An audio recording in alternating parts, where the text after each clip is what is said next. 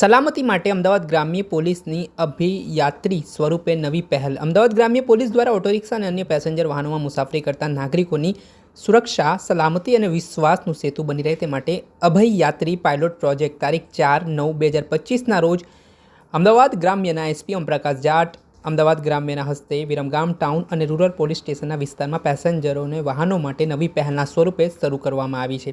જેમાં સામાન્ય રીતે bus stand, railway station, market વિસ્તાર, પિકઅપ પોઈન્ટ અને અન્ય જગ્યાઓ પરથી ટૂંકી મુસાફરી કરવા માટે નાગરિકો ઓટો રિક્ષા તથા અન્ય ટેક્સી પાર્સિંગવાળા વાહનોનો ઉપયોગ કરતા હોય છે. જેમાં ઘણી વખત વાહન ચાલકો મુસાફરો સાથે ગુનાહિત પ્રવૃત્તિઓની ઘટના બનતી હોય છે, જેમાં ચોરી, લૂંટ, છેડતીના બનાવો સામે આવતા હોય છે.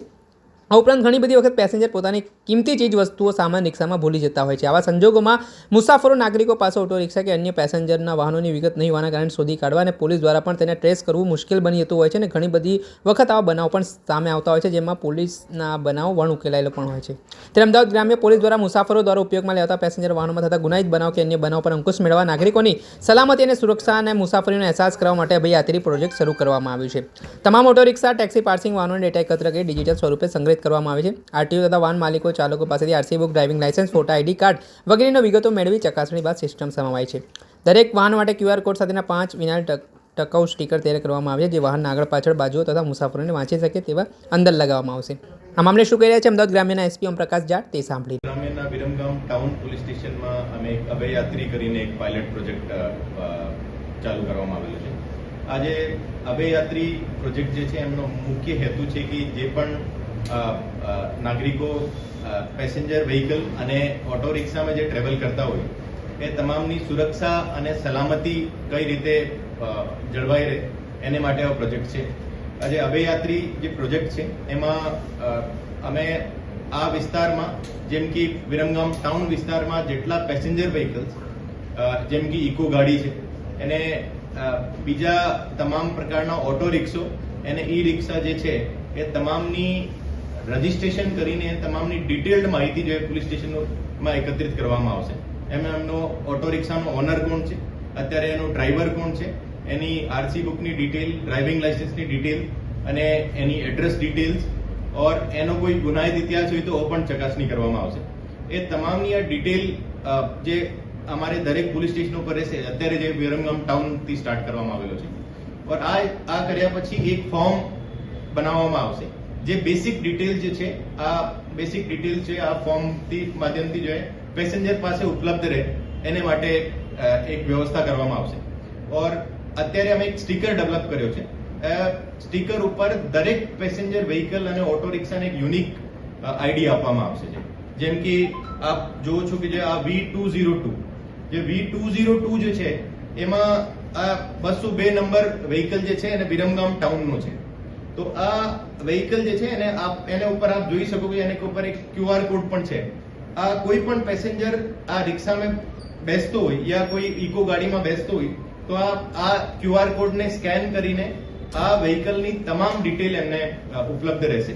જેમ કે એનો ઓનર કોણ છે, એનો ડ્રાઈવર કોણ છે, એ ડ્રાઈવરનો ડ્રાઇવિંગ લાયસન્સની વિગતો અને ઓટો રિક્ષાની ઉપર કોઈ એક ટેગલાઇન લખેલી છે જે માતાજી યા 786 એવું કોઈ લખેલું હોય તો આ તમામ પ્રકારની માહિતી એને ઉપલબ્ધ રહેશે. ઓર એ જે સ્ટીકર છે એ સ્ટીકર ટોટલ 5 જગ્યા ઓટો રિક્ષા અને ગાડી ઉપર ચોંટાડવામાં આવશે. આગળ, પાછળ અને બંને સાઈડ અને સીટને જ્યાં પેસેન્જર બેસતા હોય એને જસ્ટ આગળના ભાગે જો આ સ્ટીકર જે ચોંટાડવામાં આવશે. આ સ્ટીકરને માધ્યમથી એમને દરેક વસ્તુની ખબર રહેશે કે જો એની ડ્રાઈવર કોણ છે અને એને ઓનર કોણ છે. એને એની કોઈ પણ વસ્તુ આ ઓટો રિક્ષામાં ભૂલાઈ ગયા હોય યા પછી અમારા વિસ્તારમાં 1-2 બનાવ એવા પણ બન્યા હતા જે મેં ઓટો રિક્ષાના ડ્રાઈવર એને જોડે લૂંટ કરી હતી અને એને કોઈ કેફી પદાર્થ પીવડાવીને એને બેભાન કરીને એનાથી એને પાસે જે પણ કિંમતી વસ્તુ લઈ ગયા હતા. તો આ વસ્તુ રોકાવા માટે અમે પ્રયત્ન કરવામાં આવ્યો છે.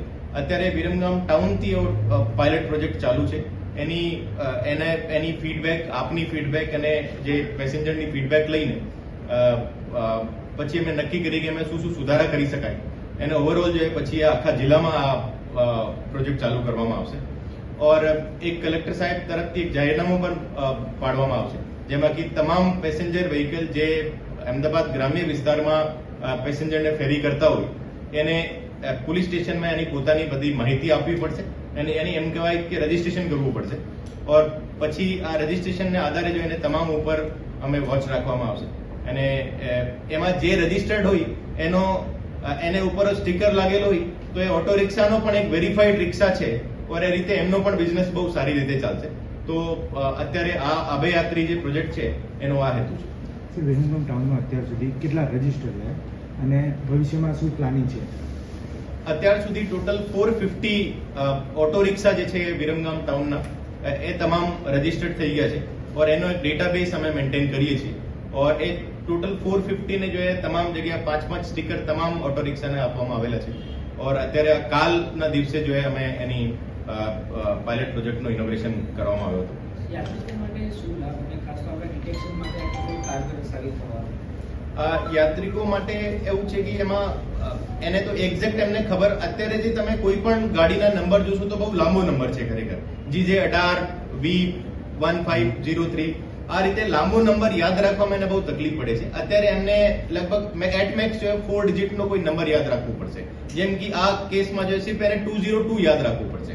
તો 202 ને આધારે ખાલી અમે પોલીસ સ્ટેશનમાં આવીને કહેશે કે ભાઈ હું 202 નંબર ઓટો રિક્ષામાં બેસીને ગયો હતો એને મારી કોઈ વસ્તુ આમાં છૂટી ગઈ છે તો અમે એને આધારે આ ઓટો રિક્ષાને તાત્કાલિક ટ્રેસ કરી શકીએ બીકોઝ આ ઓટો રિક્ષાની ઓનરની ડ્રાઈવરની તમામ ડિટેલ અમારે પાસે રહેશે.